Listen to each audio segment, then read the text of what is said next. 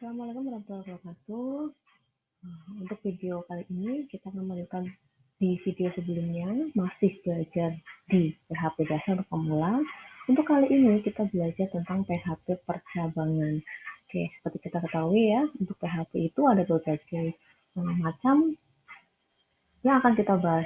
Kayak kemarin ada PHP ekspresi, lalu ada PHP percabangan, kemudian nanti ada PHP perulangan, nanti ada PHP array dan sebagainya. Untuk kali ini kita masuk fokus ke PHP percabangan. Oke, untuk mengingat kembali, kita ingat ya, ada 3 struktur kontrol suatu program. Yang pertama, program dikatakan berurutan. Yang kedua, program dengan alur percabangan. Dan yang ketiga, program dengan alur perulangan atau looping. Untuk yang berurutan atau sekuensial, seperti alur program pada umumnya, di mana tiap pernyataan akan berurut dijalankan. Pernyataan 1, kemudian pernyataan 2, lalu pernyataan 3, dan seterusnya sampai program berakhir. Jadi program akan terurut, dan secara sekuensial.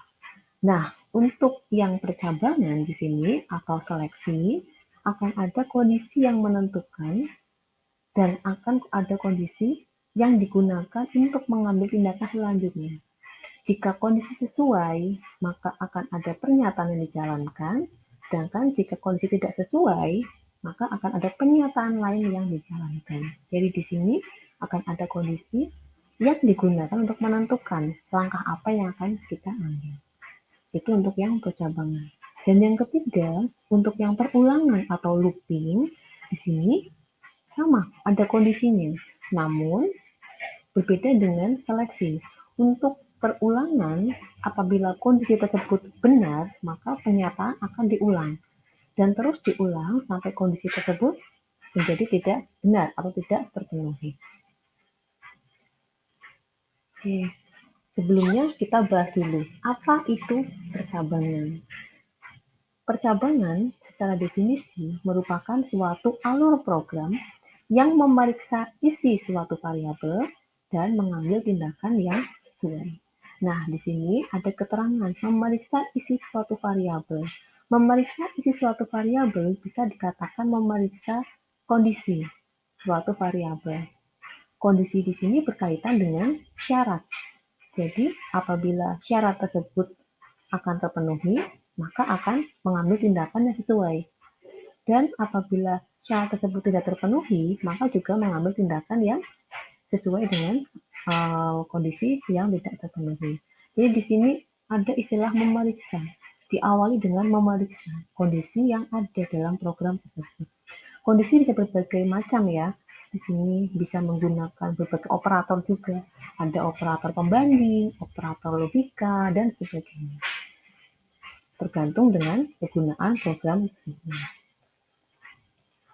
Oke, yang pertama ada beberapa bentuk percabangan ya. Yang pertama di sini ada percabangan if. Ini sudah tidak asing lagi untuk kita ya, karena percabangan if itu bisa dipakai tidak hanya di PHP. Hampir semua bahasa pemrograman itu pasti ada percabangannya. Dan untuk yang bentuk dasar itu pasti dimulai dari percabangan if. Nanti ada temannya if else, lalu ada if else, dan ada switch. Itu hampir bentuk dasar setiap bahasa pemrograman. Dan itu berlaku juga untuk PHP. Oke, kita masuk ke percabangan if. Untuk percabangan if di sini kita lihat pada gambar ya, ada keterangannya. Kondisi dicek dahulu, diperiksa dahulu. Apabila benar, maka akan dijalankan pernyataan. Namun jika salah, maka akan diabaikan. Jadi di sini tidak ada pernyataan tindakan yang terjadi ketika salah. Hanya ada satu, jika.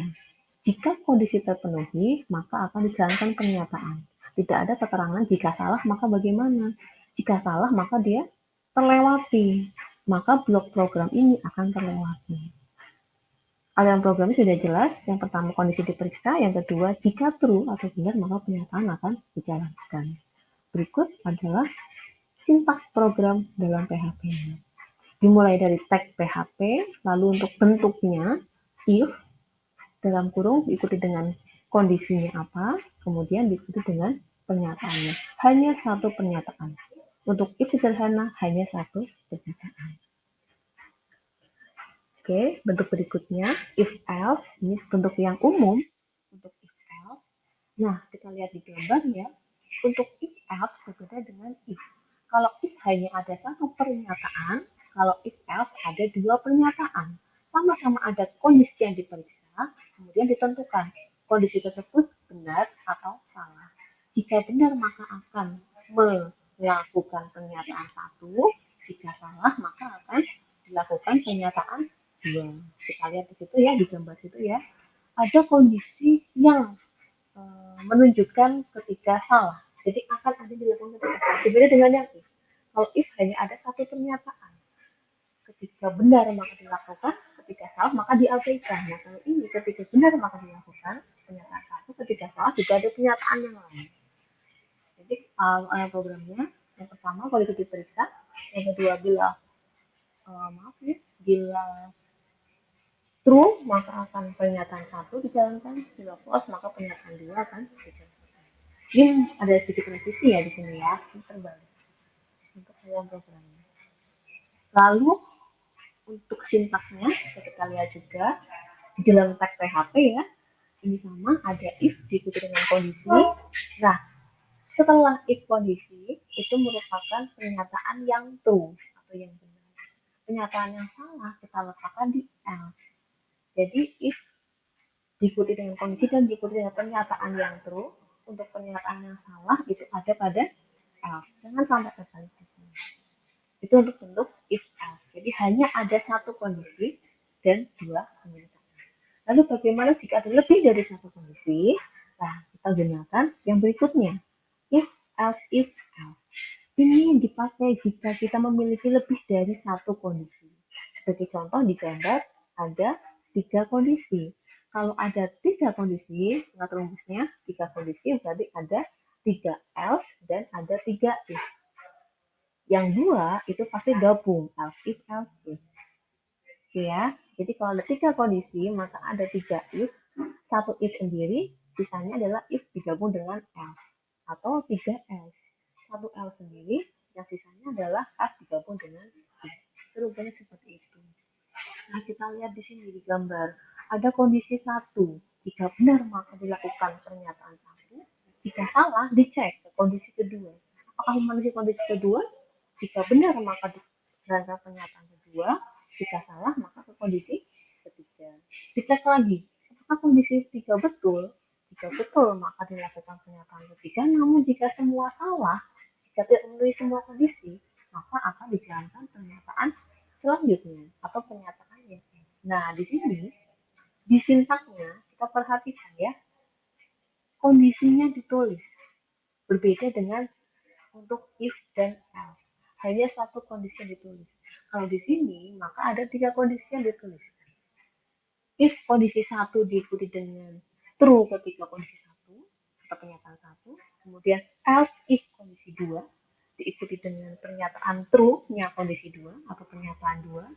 Lalu ada else if yang selanjutnya diikuti dengan kondisi ketiga dan diikuti juga dengan pernyataan ketika kondisi ketiga true atau pernyataan ketiga. Nah, berikutnya else. Else ingat else saja tidak perlu kondisi. Else saja akan diikuti pernyataan ketika semua kondisi itu sama. Dengan kata lain sebenarnya ada 4 kondisi. Kondisi 1, kondisi 2, kondisi 3, atau kondisi keempat jika tiga-tiganya tidak terpenuhi. Kalau memang di sini kita list dulu, seperti dulu ya kita pernah membuat ya, kita list, ada beberapa kemungkinan. Kalau ada 3 kemungkinan berarti hanya ada 3, kalau ada 3 kemungkinan berarti hanya ada 3 cabang. Berarti ada 2 if atau 2 kalau di sini kan ada 4 kemungkinan, 3 kondisi dan 1 yang tidak sesuai dengan semuanya. Ini sudah pernah kita pelajari, jadi saya yakin kalian semua pasti sudah jago untuk if, dan else. Berikutnya, untuk yang terakhir adalah percabangan dengan switch case. Ada perbedaan antara penggunaan if dengan penggunaan switch case. Kalau if itu kita menggunakan operatornya bisa sama dengan, bisa lebih dari, bisa kurang dari, atau yang lain ya. Di sini kalau sama dengan tidak sama dengan. Tapi kalau percabangan dengan switch case itu kita menggunakan operator sama dengan di kondisinya. Jadi di sini kondisinya sama dengan. Sebagai contoh kalau kita menentukan inputkan tanggal atau nomor akan keluar harinya itu kan jelas. Satu itu misalkan untuk Senin, dua untuk Selasa atau bulan. Satu berarti digantikan tambah Januari, dua Februari seterusnya itu kan sama dengan. Jadi itu bisa menggunakan switch case. Namun jika kita menggunakan jika umur lebih dari 10 maka nah itu tidak bisa kita menggunakan switch case. Jadi harus yang operatornya itu sama dengan. Untuk kodenya di sini maaf untuk gambarnya ya, kita lihat di sini ada kondisi itu berupa variabelnya apa yang mau dicek, kemudian di sini kemungkinannya. Contohnya tadi, misalkan variabelnya nomor, kemungkinannya apakah 1, 2, 3. Kalau 1 maka apa? Januari, misalnya kalau 2 maka akan output Februari dan seterusnya. Jadi di sini tuh hanya ada konstanta. Nah, untuk pembacanya sama, switch ini variabel ya. Variabel ya ingat ya, hanya variabel. A, B, nomor, tanggal, apa, dan hanya variabelnya saja yang mau kita cek. Lalu, case-nya itu adalah kemungkinan isi variabelnya. Jadi kayak tadi, switch-nya misalkan variabelnya number. Case-nya 1. Jadi kalau number itu bernilai 1, statement-nya apa? 1. Ini bulan Januari-nya seperti itu. Dan seterusnya. Nah, ketika semuanya tidak terpenuhi, ini wajib. Kita wajib ada default. Wajib ada default. Nah, di defaultnya itu ada statement ketika semua tidak terpenuhi. Jadi kalau misalkan kita buat hari 1 sampai 7, berarti case-nya 1, 2, 3, 4, 9, 7. Di defaultnya bisa kita tambahkan statement angka yang Anda inputkan salah. Inputkan angka 1 sampai 7. Ya, seperti itu. Atau ketika kalian mau menampilkan bulan, berarti kan angkanya hanya 1 sampai 12. Berarti case-nya 1 apa, 2 apa, 3 apa. Nah, ketika di default, maka bisa dituliskan angka yang Anda inputkan harus 1 sampai 12. Itu adalah statement ketika semua tidak terpenuhi. Oke.